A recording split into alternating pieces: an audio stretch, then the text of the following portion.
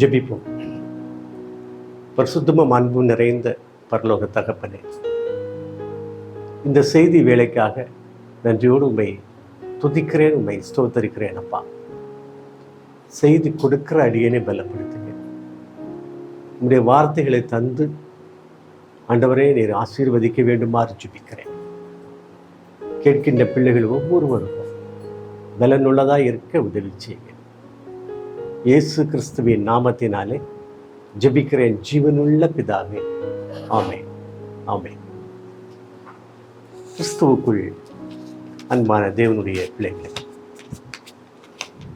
அருமையான ஈஸ்டர் பண்டிகையை கடந்து கிறிஸ்தவ வாழ்விலே நாம் சந்தோஷமாய் வாழ நம்மை பலப்படுத்தி இருக்கிறோம்.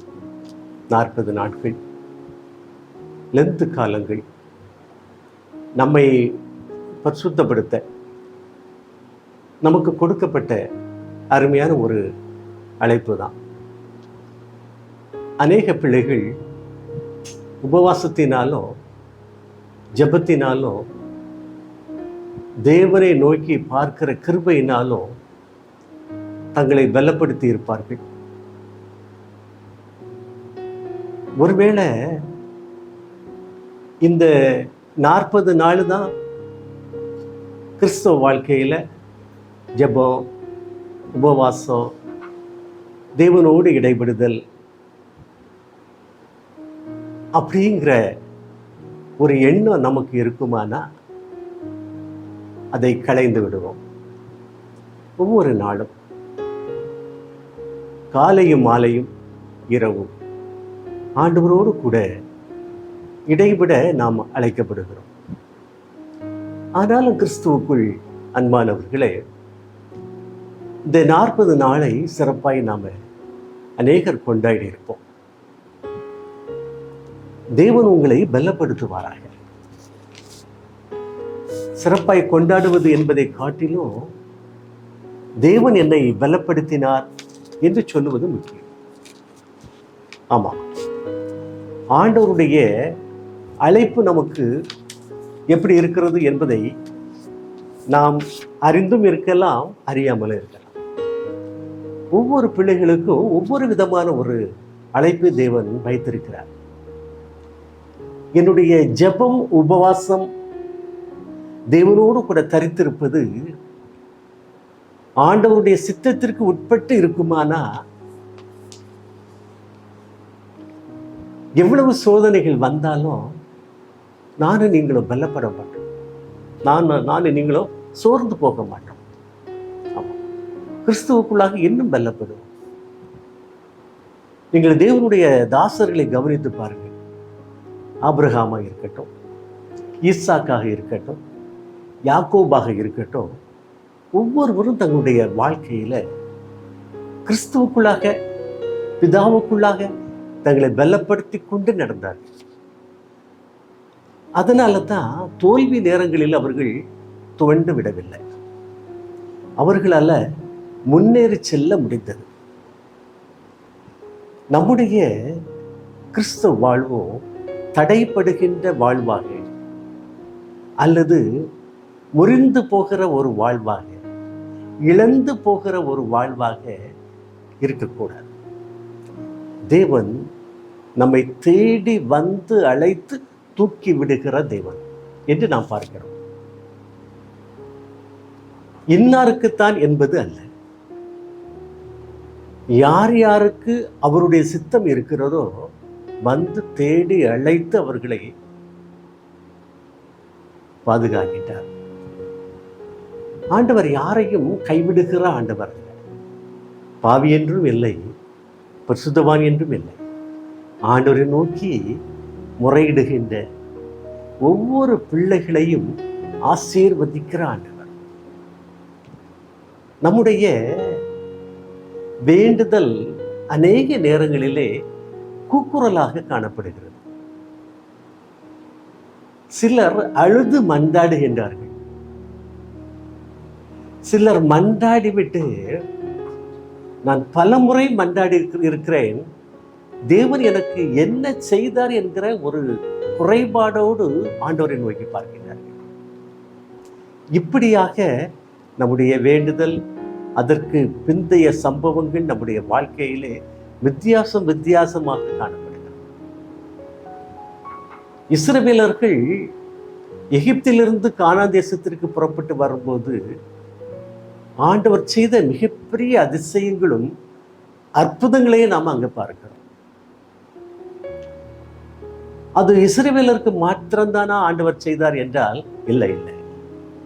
இன்றைக்கு வரையிலும் ஒவ்வொருவருடைய வாழ்விலும் இருந்த எகிப்து என்கிற அடிமைத்தனத்திலிருந்து நம்மை விடுவித்து காக்கிற ஆண்டவராய் இருக்கிறார். ஆமா, உலகம் தரக்கூடாத மிகப்பெரிய ஒரு சமாதானத்தை நமக்கு கொடுக்கிற ஆண்டவராய் இருக்கிறார். நம்முடைய மனநிலை, ஆண்டவருடைய கிருபையின் ஆசீர்வாதங்களை பெற்றுக்கொண்ட நம்முடைய மனநிலை அந்த நேரத்திலே எப்படி இருந்தது என்பதை ஆண்டவர் பார்க்கிறார். நான் பரிசுத்தமா இருந்து இதை பெற்றுக்கொண்டேன் என்று சொல்வதற்கு ஒருவரும் இந்த உலகத்தில் இல்லைதான். இது ஆண்டவருடைய ஈவு, ஆண்டவருடைய கிருபை என்று சொல்வதற்காகத்தான் நம்ம அழைக்கப்பட்டிருக்கிறோம். அந்த கிருபைக்குரிய மேன்மையை ஆண்டவருக்கு நம்ம செலுத்தியிருக்கிறோமா? அது ரொம்ப முக்கியம். அப்படியானால் இந்த உலக வாழ்வு ஒரு இருளடைந்த வாழ்வாக நமக்கு காணப்படுகிறதா? இருளான வாழ்வாக இருந்தாலும் என் தேவன் என்னை வெளிச்சத்தின் பாதையிலே நடத்தி வருகிறார் என்று அறிந்த ஒரு பிள்ளைகளாக வாழ்கின்றோம். உதாரணமாக ஒரு காரியத்தை சொல்லுகிறேன் என்று, ஒவ்வொரு பிள்ளைகளும் வெற்றி பெறுவதுதான் என்னுடைய குறிக்கோள் என்று வாழ்ந்து வருகிறோம். வெற்றி, முதலிடம் பெற வேணும், வெற்றி எனக்கு கிடைக்கணும், முதலிடமும் எனக்கு கிடைக்கும். ஆனா எல்லாருமே வெற்றி பெறுகிறோமா? சரி, நான் வெற்றி பெற்றுட்டேன், முதலிடத்தில் இருக்கிறேனா அப்படின்னு சொல்லி நம்ம பார்த்தோமானா அந்த வெற்றியும் அந்த முதலிடமும் வித்தியாசமாக இருக்கும். அது ஏன் அப்படி இருக்கு அப்படின்னு சொல்லி கேள்வி கேட்கும்போது மனிதனுடைய வாயிலிருந்து வருவது ஆண்டவரை குறை சொல்லுகின்ற சிலர் பேசுறத கேட்டிருக்கிறோம். என் தேவன் என்னை கைவிட்டுட்டாரு. அப்படி அல்ல தேவனுடைய பிள்ளைகளே. இந்த வெற்றிக்கும் தோல்விக்கும், வெற்றிக்கும் முதலிடத்துக்கும் எனக்கு கிடையாமல் இருப்பது என்னுடைய தவறா, என்னுடைய பலவீனமா? ஆண்டவரே, நான் எதிலே பின்வாங்கி போய்விட்டேன் என்று கேட்கின்ற பிள்ளைகளாக நம்ம கடமை. ஆமாங்க, ஒவ்வொரு காரியத்திலையும் ஆண்டவர் முகத்தை நம்ம பார்க்கணும். ஏன் ஆண்டவரே நான் தோத்துட்டேன், எதற்காக நான் தோத்துட்டேன் அந்த ஆண்டவர், என் குறைபாடு என்ன? சிலருக்கு தன்னுடைய குறைபாடுனாலே தோல்வியை கண்டிருப்பார்கள். சிலர் குறைபாடு இல்லாமலேயே தோல்வியை கண்டிருப்பார்கள். யாரை குற்றம் சொல்வது? ஆண்டவரை குற்றம் சொல்லலாமா? கூடாத. ஏனென்றால் தன்னுடைய உயிரையே கொடை கொடுத்து நம்மை மீட்டு கொண்ட அற்புதமான தேவன் அவர் அல்லவா. எனக்கு ஆண்டவர் நன்மை செய்துட்டே இருக்கிறாரு, நான் ஆண்டவரை துதிச்சுக்கிட்டே இருக்கேன் அப்படி சொல்வதை காட்டிலும் என் நிலையிலும் என் தேவன் என்னை கைவிடாத ஆண்டவராய் இருக்கிறார் அப்படிங்கிற ஒரு விசுவாச அறிக்கை இருக்கு. பார்த்தீங்களா? அதுதான் முக்கியங்க. அந்நிய கண்கள் அல்ல, என் கண்களே அவரை காணும், என் கண்ணே அவரை காணும். அந்த யோபுடைய ஒவ்வொரு வார்த்தைகளை நீங்க பாருங்க. அவருடைய ஃப்ரெண்ட்ஸ் எல்லாரும் வந்து உட்கார்ந்துருக்கான். ஒவ்வொருவரும் அப்படியே பார்த்துட்டே வரான், ஒவ்வொரு செய்கையா பார்த்துட்டு வரான். யோபனுடைய அந்த நிலையை ஒப்பிட்டு பார்க்கிறான். ஒப்பிட்டு பார்க்கும்போது யோபுவை குறை சொல்ல ஆரம்பிக்கிறான். அவனுடைய சிநேகிதரை காட்டிலும் யோபு பலமானவன், உத்தமன், சன்மார்க்கன், எல்லா வசதி வாய்ப்புகளிலும் பெருகியவன். இப்போ அவனோடு கூட இந்த தங்கியிருந்த நாட்கள் கடக்க கடக்க அவர்களுடைய எண்ணங்களிலே ஏதோ அவர்கள் நல்லவர்களாகவோ யோபு கெட்டவனாகவோ அவர்களுக்கு தோற்றம் அளிக்கலாம். தேவனுடைய பிள்ளைகளே, நான் என்னுடைய ஆண்டவரை இரவும் பகலும் துதிச்சுக்கிட்டே இருக்கேன, எனக்கு ஏன் இந்த ஆசீர்வாதம் கொடுக்கப்படலை அப்படின்னு சொல்லி நீங்க சிந்திக்கின்றீர்களா? அப்படின்னு சொல்லி சிந்திக்கின்றீர்களா? சிந்திக்காதீங்க. உங்களுடைய மனநிலையிலே ஆண்டவர் உங்களை சந்தோஷத்தினால் நிரப்பும்படியே ஜெபித்து கொண்டே இருங்க. ஆமா, கைவிட மாட்டார். ஒருவேளை சில நாட்கள், சில வாரங்கள், சில மாதங்கள் கடந்து போகலாம். ஆனால் ஆண்டவர் உங்களை ஒருபோதும் கைவிட மாட்டார். ஆண்டவர் உங்களுடைய நேசராய் இருக்கிறார். உங்களை அவர்பால் ஈர்த்து கொள்ளுகிற ஒரு ஆண்டவராய் இருக்கிறார். சோர்ந்து போகாமல் ஆண்டவருடைய சார்பிலே நின்று கொள்ளுங்கள். வெற்றி அவசியம்தான், முதலிடமும் அவசியம்தான். அதை ஆண்டவரோடு கூட இருந்து நீங்கள் ஜெயம் பெறுங்கள். ஆண்டவருடைய உலக வாழ்க்கையில நீங்க பாருங்க, 3.5 வருஷங்கள் வாழ்ந்தாரு. அவர் தான் பிதாவினுடைய ஒரே குமாரன், அவர் தான் இல்லையா? தேவன் அனுப்பிய மனுஷ குமாரனும் அவர் தான். உலகத்தை படைத்த பிதாவோடு கூட இருந்தவரும் அவர் தான். ஆனா மனித வாழ்க்கையில, இந்த உலகத்துல எவ்வளவு பாடுகள் பட்டாரு தெரியுமா? சீஷரோடு கூட இருந்தார். 12 சீஷர்களை கையில வச்சிருந்தார். 12 சீஷர்களால் வெல்லப்பட்டாரா? ஒருவேளை அவருக்கு ஒத்தாசையாக இருந்திருப்பார்கள், அவரோடு கூட இருந்திருப்பார்கள். அந்த 12 சீஷர்களை ஏன் தெரிந்து கொண்டார்? அவருடைய காலத்துக்கு பிற்பாடு அவர் மகிமைப்படும் போது இந்த உலகத்திலே இல்லையா தேவனுடைய சுவிசேஷத்தை சொல்லும்படியாய் இந்த 12 பேரையும் தேவன் தெரிந்தெடுத்தார் தெரியுமா? அந்த ஒவ்வொரு நாளும் அவர் பட்ட பாடுகளை என்னங்க, எவ்வளவு உதவி செய்தார், எத்தனை வியாதியஸ்தர்களை குணப்படுத்தினார், எத்தனை பிசாசுகளை துரத்தினார், எத்தனை பேருடைய வாழ்விலே மன அமைதியை கொடுத்தார், சந்தோஷத்தை கொடுத்தார். ஆனால் அவர் வாழ்ந்த சமூகம் அவருக்கு என்ன செய்தார்கள்? கொலை செய்தார்கள். மனுஷன் அப்படித்தான் இருப்பாங்க. அது பிசாசனுடைய தந்திரமான ஒரு வழி. இவனை வீழ்த்துவது எப்படி என்பதிலே ஒரு தந்திரமான வழி. பிசாசு கர்ஜிக்கிற சிங்கத்தை போல எவனை விழுங்கலாமோ என்று வகை தேடி அலைந்து கொண்டிருக்கிறான். கிறிஸ்துவுக்குள் அன்பானவர், அருமையான கிறிஸ்துவ வாழ்க்கையை நம்ம பலப்பட வேணுமா வேண்டாமா? நான் முன்னேறணும், எனக்கு முதலிடம் கிடைக்கணும். ஆனால் நான் செய்ய வேண்டியது என்ன? ஆண்டவரோடு கூட இருக்கணும், ஆண்டவரோடு கூட இருக்கணும், ஆண்டவரை சார்ந்து இருக்கணும், பிசாசை சார்ந்து இருக்கக்கூடாது. நீதிமொழிகள் 18ஆம் அதிகாரம் 19ஆம் வசனம் இப்படியாக சொல்லுகிறது: ஒருவன் கொடுக்கும் வெகுமதி அவனுக்கு வழி உண்டாகும். கொடுக்கும் வெகுமதி, பிறருக்கு கொடுப்பது அவனுடைய வாழ்க்கையில அவனுக்கு வழி உண்டாகும். கொடுங்கள், அப்பொழுது உங்களுக்கு கொடுக்கப்படும். அருமையான ஒரு வசனம், அருமையான ஒரு வசனம். கேளுங்கள், அப்பொழுது நீங்கள் பெற்றுக்கொள்வீர்கள். யார்கிட்ட கேட்கணும்? ஆண்டவர்கிட்ட கேட்கணும். யாருக்கு கொடுக்கணும்? உங்களோடு கூட இருக்கிற வாழ்கின்ற பிள்ளைகளுக்கு கொடுக்கணும். ஆண்டவர்கிட்ட கேட்டீங்கன்னா உங்களுக்கு கொடுப்பாரு.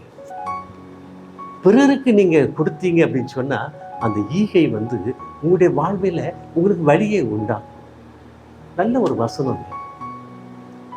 ஆனா சமுதாயம் இந்த வார்த்தையை எப்படி எடுத்துக்கொள்கிறது என்று பார்த்தோமானா, ஒரு 99% அல்லது 90% எதற்காக கொடுக்கின்றார்கள் என்று சொன்னா, நமக்கு கிடைக்கும், நமக்கு கிடைக்கும் என்கிற ஒரு எதிர்பார்ப்போடு கொடுக்கின்றார். அவர் தான் சொல்லிட்டாரு, உன்னை சார்ந்த நபருக்கு நீ கொடுக்கும் போது உன்னை போலத்த ஒரு பலசாலிக்கு, ஒரு ஐஸ்வர்யமான கொடுக்காது, ஏழைக்கு, தன்னால் உனக்கு திருப்பி செலுத்த முடியாத ஒரு ஏழைக்கு கொடு என்று ஆண்டவர் சொல்லி. ஆமா, கொடுங்க. எனக்கு ஒரு பலன் வரும் என்று சொல்லி கொடுக்காது. யாருக்கெல்லாம் கொடுக்கணும்? வரப்போறவங்க எல்லாருக்காக கொடுக்கணும். உங்களால் கொடுக்க முடிந்ததை கொடுங்க. ஆண்டவர் உங்களோடு யாரை குறித்து பேசுகின்றாரோ அவர்களுக்கு கொடுங்க. ஆண்டவர் சொன்னாரு, உலகத்துக்கு நான் அனுப்பப்பட்டேன். ஆனா யார் யாருக்கு ஆண்டவர் சுகத்தை கொடுத்தார்?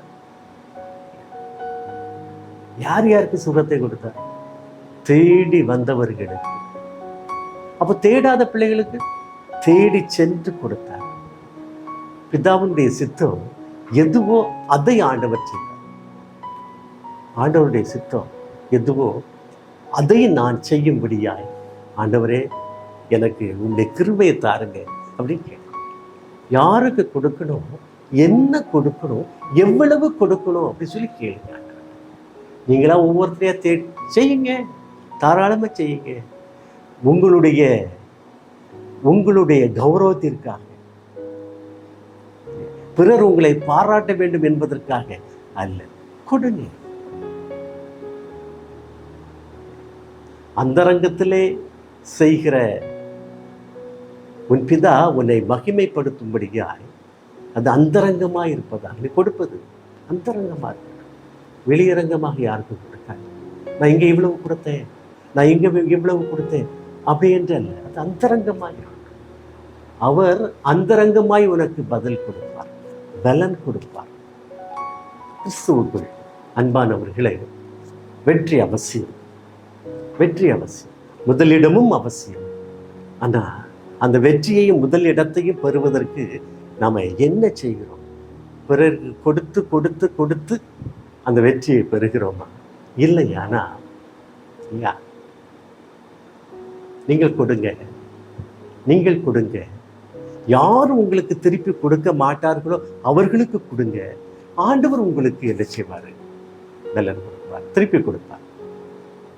இந்த சிறியர்ல ஒருவனுக்கு நீங்க செய்தா கூட அதனுடைய பலனை நீங்க பெற்றுக்கொள்ளாமல் இருக்க மாட்டீர்கள். கண்டிப்பாக நீங்கள் யார் யாருக்கு என்னென்ன கொடுக்கின்றீர்களோ அதை ஆண்டவர் பார்த்து கொண்டே இருக்கிறார். கோயிலில் தான் ஒரு ஏழை விதவை 2 காசை கொண்டு போட்டாங்க. ஆண்டவர் பார்த்துட்டு இருக்கிறார், ஆண்டவர் பார்த்துட்டு இருக்கிறார். அந்த 2 காசு உடனே ஆண்டவருக்கு போயிருமா? இல்லையே. யார் யாருக்கு எவ்வளவு எவ்வளவு போட்டுட்டு இருக்காங்கன்னு பார்த்துட்டு இருக்காரு. ஒவ்வொரு மனநிலையும் ஆண்டவர் ஆராய்ந்து கொண்டு இருக்கிறார். ஆமாங்க, இந்த நாட்கள்ல லெந்து நாள் முடிச்ச பிறகு நீங்க என்னென்ன ஆண்டவரோடு கூட பேசுனீங்க, என்னென்ன பிரதிஜை எடுத்திருக்கீங்க, ஆண்டவர் உங்களை பார்த்து கொண்டு இருக்கிறார். உங்களுடைய அந்தரங்கங்களை ஆராய்ந்து கொண்டு இருக்கிறார். எப்படி பண்ணிட்டு இருக்கிறான்? என்னுடைய பிள்ளை என்ன பண்ணிட்டு இருக்கிறான், என்ன பண்ணிட்டு இருக்காய்வா, எந்த எண்ணத்தோடு இவளுடைய உதவிகள் காணப்படுகிறது, பேச்சு, மனப்பாவம் எப்படி இருக்கிறது என்பதையும் தேவன் ஆராய்ந்து கொண்டிருக்கிறார். தேவனுக்கு பிரியமாய் நடப்போமா? ஆமா, தேவனுக்கு பிரியமாய் நடப்போமா? அப்படி நடக்கும்போது முதலிடம் நமக்கு தான், வெற்றியும் நமக்கு தான். ஆமா, ஆபிரகாம் எல்லா காரியத்திலையும் வெற்றியாய் இருந்தார் என்று சொன்னா, அவருக்கு குழந்தை பாக்கியம் கிடைப்பதற்கு எத்தனை ஆண்டு ஆயிற்று? 100 வயசு ஆயிடுச்சு. அப்ப அந்த 100 ஆண்டு வரைக்கும் ஆண்டவர் ஆபிரகாம இல்லையா டெஸ்ட் பண்ணிட்டு தானே வர.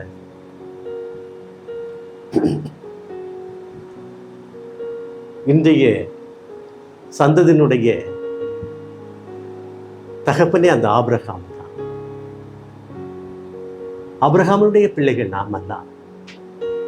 நம்முடைய தேவனுக்கு முன்பாக நாமெல்லாம் ஆபிரகாமின் பிள்ளைகள்.